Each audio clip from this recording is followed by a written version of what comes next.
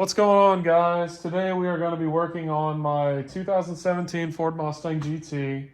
We are going to be probably, well, I already know, we're not going to be finishing the install today, but we're going to be working on part of the install on this car today, swapping over to the TBM brakes. I didn't film an intro for this, so now I got to come back and film one afterwards. But yeah, that's what we're doing today, so I'll let the video pick up. But yeah, bought new TBMs, going to be putting them on. And I think that's it. I bought TBMs for it all the way around. It's been on the stock GT brakes for way too long now, leaving way too much on the table, hopefully shedding a bunch of weight.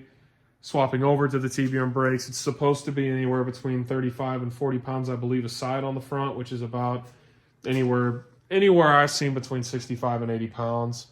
And then on the rears, it is a little bit less. It's like 20 to 30. So you're still talking anywhere from 40 to 50 pounds on the rear, which is significant. The fronts go on completely fine. When you set all the hardware out, it's very self-explanatory. I put the fronts together in, I think, under 2 hours. I didn't even watch any videos or do anything. I just kind of sat down and started plinking with it.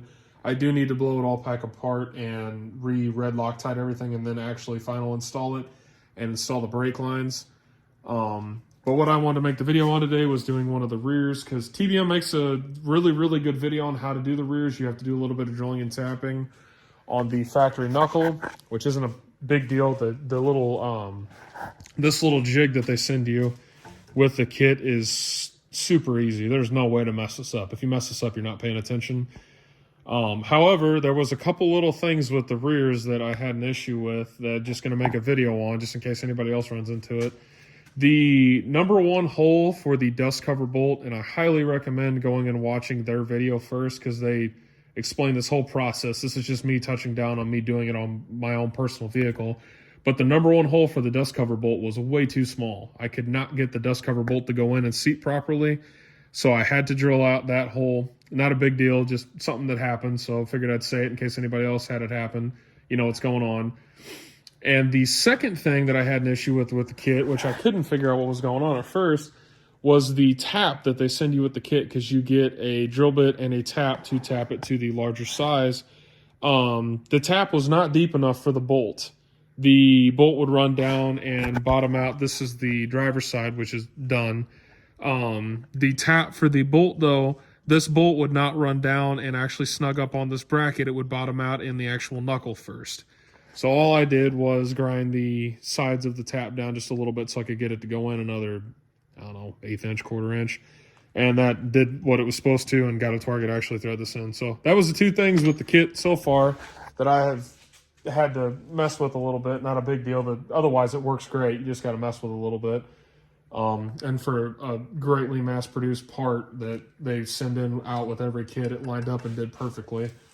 But yeah, those two things that I'd had. I'm going to go ahead and start working on that one, and I'll pick the camera up and show y'all kind of how the process goes a little bit from my perspective. The only other thing that I did want to talk about, and I'll probably touch on it more later, is the TBM brake lines that they send you do not thread up to the factory Mustang brake lines. So you either have to run a adapter fitting to change this thread type to the other thread type, or you have got to cut those off and then put on your new brake line nut and then reflare the hose, which they don't talk about in the kit. And I've run through my TBM box thoroughly. I have not found anything in here that is an adapter for anything. So I don't know if I'm missing a part or what is going on, but I do not have the adapter fitting to change the thread from their thread on their kit from this to the factory style that's on the car. So I don't know what the deal is there. But I have the part number. I'm going to go buy them, and then I'll just reflare. I'm not worried about reflaring a brake line. And I'll get that knocked out.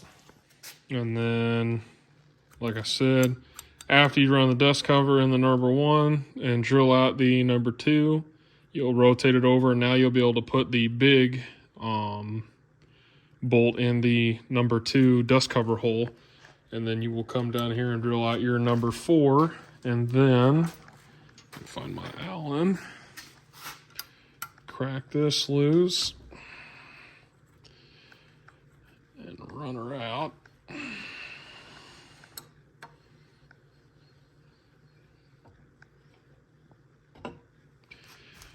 You are good to go outside of tapping this. But as you can see, that one's now big and ready to go. It just needs to be tapped, which we're getting ready to do. And then after that, that's about it. I mean, you're pretty much done. I'll get the camera picked up after I do that one, but that's just your general on doing this. So really super simple, easy process. The one thing I will tell you is run the drill bit in a little bit past 2 inches because it's damn close otherwise. So run it in like 2 inches and just a smidge more, and it ought to take care of you. So yeah, you can get that all done, and you're good to go. I'm going to get this one done real quick and show you all what it looks like. The big thing is, though, is make sure that these bolts will go down and snug up on this bracket before the bolt bottom's out. Otherwise, it ain't going to tighten up like you want it to, and you're going to be in a world of issue. So run them down, make sure they're good to go. Don't ever hurt to double check a third time. And the other thing is too, if it don't feel like you're getting it to sit down all the way, because some people just don't ever talk about this, make sure you clean these holes out after you tap them, because you're going to have a ton of material down there in the bottom of the hole. So get you a little pick down in there, irritate it, and then blow it out with some air or some liquid of some kind. Get it blowed out. But once you get that done and you're snugged up and good to go, she is fit. And that is snugging up on the bracket. That ain't going anywhere. So that's about it. Then you're good for reassembly. Get your bearing put back in. And then you can go throw it over and start working stuff back up on the car, and you'll be good to go. So we'll get these thrown back in and then show you what they look like. Obviously I can't get the brakes done tonight, but or the brake lines, correction. I can't get them done tonight, but once I get them in, I'm either going to get adapters or just swap it over to a new style of fitting on the line. Once I do that, I will probably post another video and show the break-in process. Just take everybody for a ride along and show the pad break-in process. So, but yep. Another thing too I was thinking about that I guess a guy could do if he wanted was you could take and cut these ears off now for the old brakes if you wanted to, because you're not going to use them anymore. It wouldn't really probably benefit you a lot since this is an aluminum housing compared to say like on a steel one. This would be significantly heavier, but on this one I guess you could do it if you wanted to. You might save a pound or so on each side. The only thing I don't know about those, I don't know if cutting this one down here with applying, because obviously if you're doing this, you're probably putting down a decent amount of power, applying torque. I don't know if that would cause there to be like a weak spot in here somewhere where it would want to break. So, but yeah, I don't know. Just a thought anyway. While you was at it, you clean it up, make it look nicer. I should clean these things up and paint them while I got them out, but I don't care enough to. And that's back together. That's all it is. I'm going to a manual master cylinder too, so I need to get the dash pulled out and get all that taken care of, but that's it. And I got another little quick update, because apparently I was wrong. The fitting that they send you, I'm not going to be able to show you with the wheel on, but the fitting that they send you, or the brake line that they send you for the rear of the Mustang and the front, is the right fitting. Apparently, whenever I took mine off, which I guess I did the exact same thing on both sides, apparently, whenever I did it, I absolutely junked the threads on the fitting. So, I don't know. What was weird is I took I took one of my brake lines, the female side in to get the fitting to get a conversion because I thought it was a different size. And the guy came back. He said, "Well, why do you need this? These are the exact same threads." But I don't know. I'm guessing on both sides I just knurled the threads good enough to where it wouldn't go on.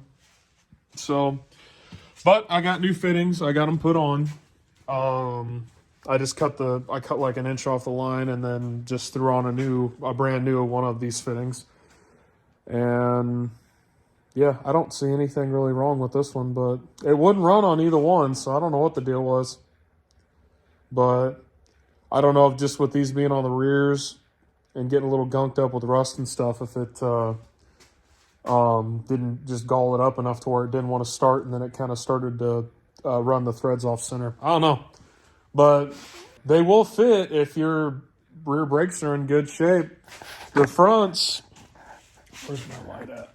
The fronts went right on like they were supposed to. However, we're not going to be using any of the front brake lines. I'm swapping over to a single front brake line that will then split. But as far as what I did for the rears to get the rears set up to go, so now the rears are done. They just need hooked up to the master when I swap to the manual brake booster. It's just a simple T-fitting that splits it.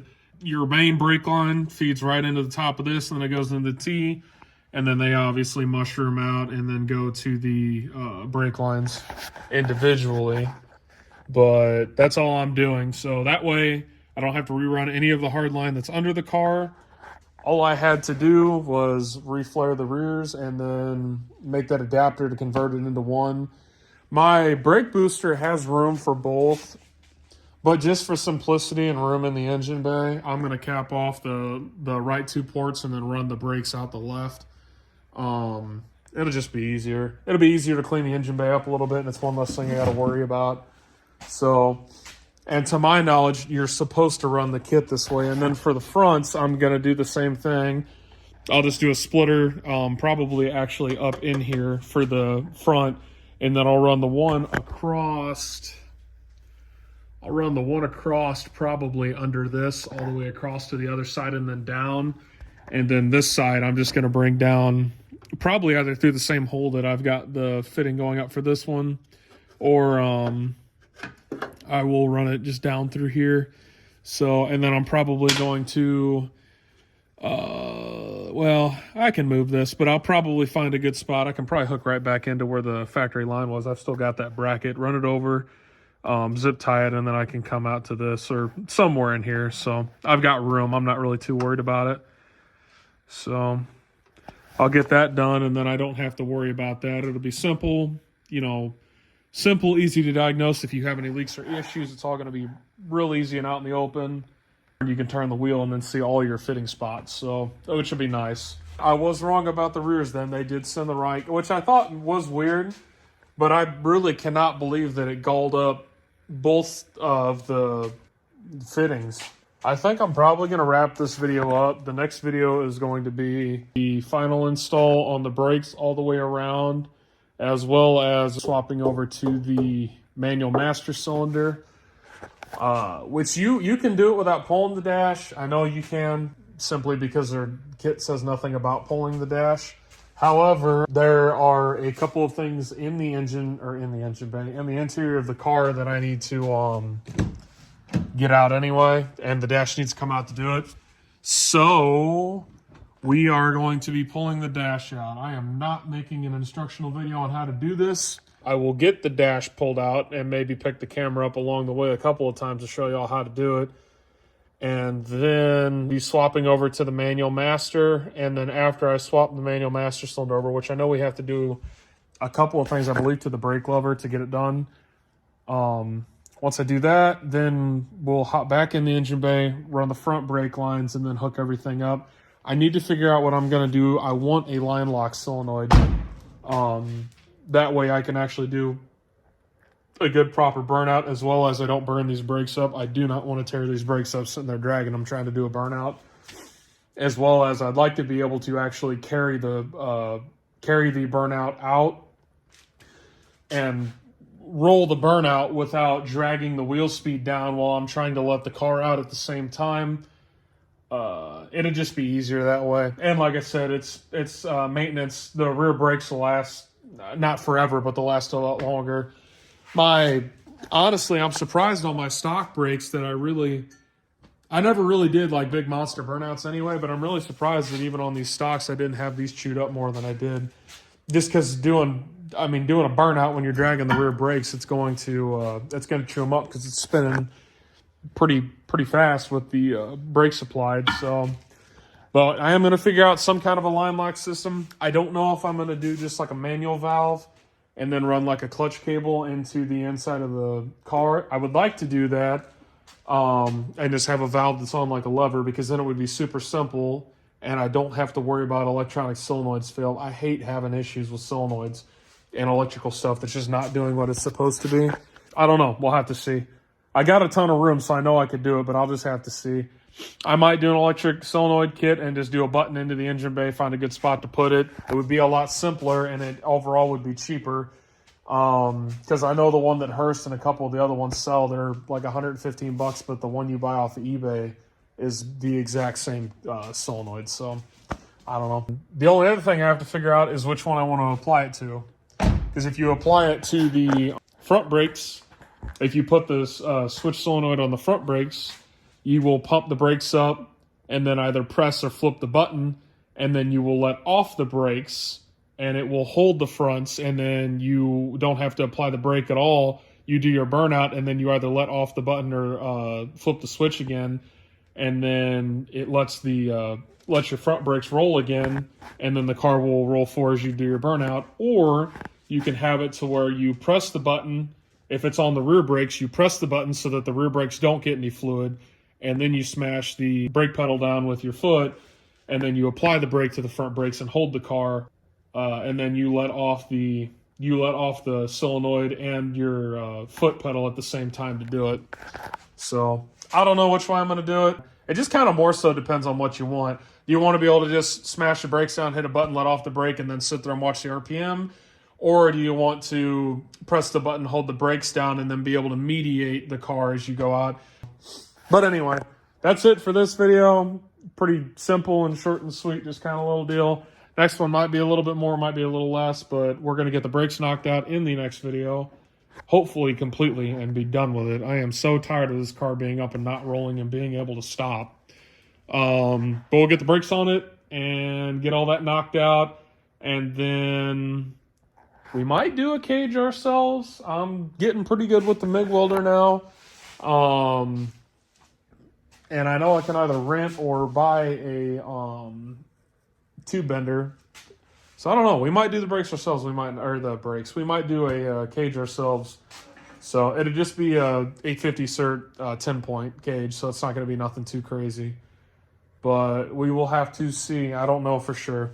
But yeah, that's about it. So, but thank y'all for watching. I'll pick y'all up next time. Well, like I said, we'll get these brakes knocked out and get rolling.